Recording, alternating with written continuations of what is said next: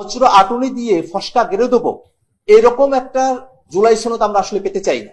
আমরা জুলাই সনদকে এমন একটা জায়গায় পেতে চাই যেটার একটা আইনগত ভিত্তি থাকবে, সেটা কার্যকর ভাবে বাস্তবায়ন করা হবে।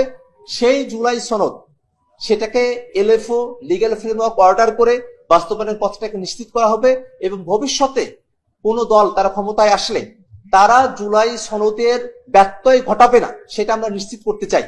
অনেকে জেন্টেলম্যান এগ্রিমেন্টের কথা বলেছেন, শুধুমাত্র MoU memorandum of understanding signature করে একটা সমঝোতার মতো করে এটাকে সম্পাদনের কথা বলেছেন, কিন্তু আমরা এই জায়গাগুলোতে একটা বড় ধরনের গলদ দেখি।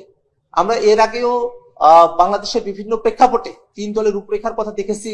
এর আগে টাস্কফোর্স হয়েছিল, যেগুলো অনেকগুলো সুপারিশ দিয়েছিল 90 দশকে, সেগুলোকে আমরা সেই অর্থে বাস্তবায়ন হতে দেখি নাই। এই কারণেই আমরা বাস্তবায়নের বিষয়টাকে সব থেকে বেশি গুরুত্ব দিয়ে দেখছি। যদি জুলাই সনদ বাস্তবায়নের পথ আমাদের কাছে পরিষ্কার না হয়, তাহলে জুলাই সনদ মূল্যহীন হয়ে পড়বে। অনেকগুলো বিষয়